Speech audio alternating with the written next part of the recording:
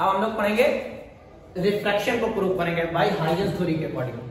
Okay, अब देखो हमारा ये मीडियम कौन हो गया, फर्स्ट, मीडियम 1 और मीडियम सेकेंड, मीडियम 2। जब हमारी लाइट एक मीडियम से दूसरे मीडियम में जाती है तो उसकी स्पीड चेंज हो जाती है। पहले मीडियम में मान लेते हैं v1 वेलोसिटी से चलेगा और दूसरे मीडियम में v2 वेलोसिटी से चलेगा। हमें प्रूव करना है रिफ्रैक्शन, ठीक है, law of reflection. Second law क्या होता है, sine i by sine r equal to n, या कांस्टेंट के बराबर होता है। ये हमें प्रूव करना है। अब इधर देखो, जब ये लाइट रे इससे इंसिडेंट हुई, सरफेस से इंसिडेंट होगी तो ये रिफ्लेक्ट होगी, तो ये नॉर्मल के पास आ जाएगी, क्योंकि पहला ये मान लेते हैं सेकंड मीडियम हमारा डेंसर मीडियम है, तो रेयर से डेंसर में आएगी तो नॉर्मल के पास आएगी। ये एंगल आई और ये रिफ्लेक्ट होकर के कहां आ गई, नीचे की तरफ। जब ये यहां पे आया होगा पार्टिकल, तो ये वाला कहां पे होगा, ये वाला यहां पे होगा, ये वाला कहां पे होगा, यहां M पे। ओके, अब जब ये पार्टिकल इससे टकरा करके नीचे की तरफ जाएगा, कहां जा रहा है, नीचे की तरफ, यहां ऐसे। ओके, तब ये आगे की तरफ बढ़ेगा।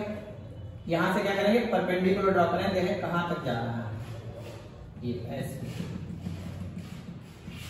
क्या करेंगे, परपेंडिकुलर इस पे ड्रॉ करेंगे। ओके, तो ये मान लेते हैं यहां से यहां तक, जो मान लेते हैं t इक्वल टू 0 पे ये यहां पे था, तो t इक्वल टू 0 पे ये पार्ट ये यहां पे होगा। ओके, अब ये आगे की तरफ इधर चलेगा, तो मान लेते हैं t टाइम के बाद यहां आ गया, तो स्पीड है इसकी v, टाइम लगा t, तो ये यहां से यहां तक की डिस्टेंस क्या हो जाएगा, d1t।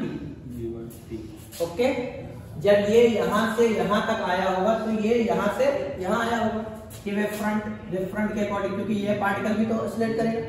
जब ये इससे टकराता है तो यहाँ से सेकेंडरी वेवलेट्स निकलती हैं। क्या निकलती हैं, सेकेंडरी वेवलेट्स आगे की तरफ मीडियम में जाएंगी, तो ये यहाँ तक पहुंची। वैसे ही ये पार्टिकल टकराएगा तो यहाँ से इधर की तरफ जाएंगी।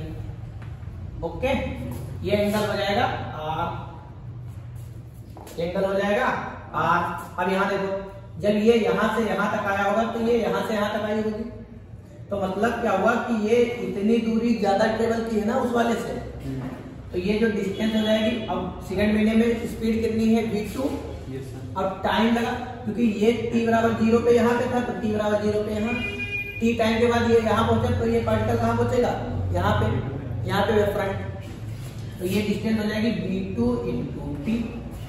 क्लियर, ये चीज समझ गए, ये v1t और ये v2t।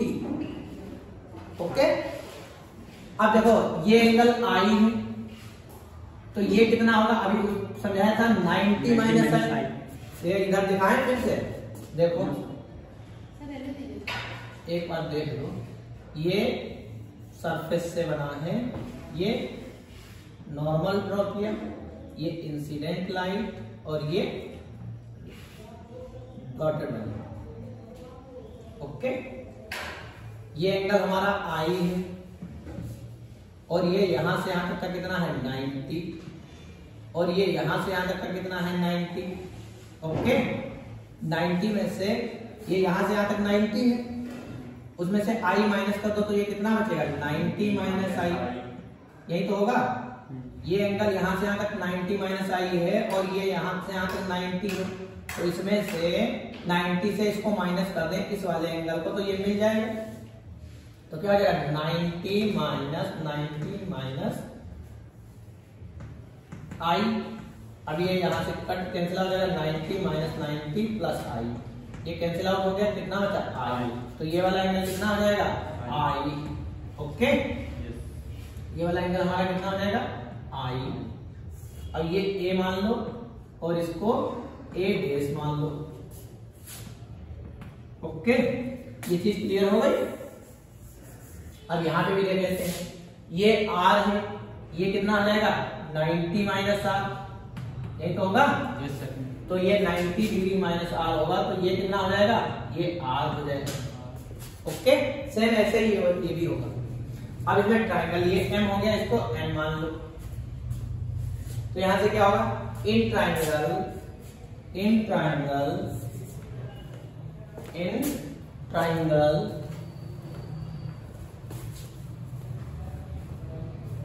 ट्राइंगल कौन सा ट्राइंगल ले रहे हैं, M A A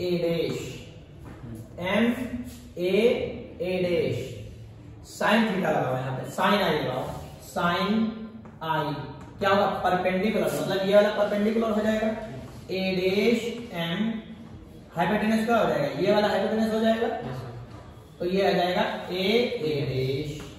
okay, A dash M की वैल्यू क्या है, V1T के बराबर है, तो A dash M is equal to V1T, तो sine i is equal to V1T upon A dash. Okay, अब इसको फर्स्ट मान लो। सेकंड क्या है, इन ट्राइंगल, कौन सा ट्राइंगल लेंगे, अब ये वाला ट्राइंगल लेंगे, नीचे वाला A dash N, A dash N, A क्या लगाएंगे यहाँ पे, साइन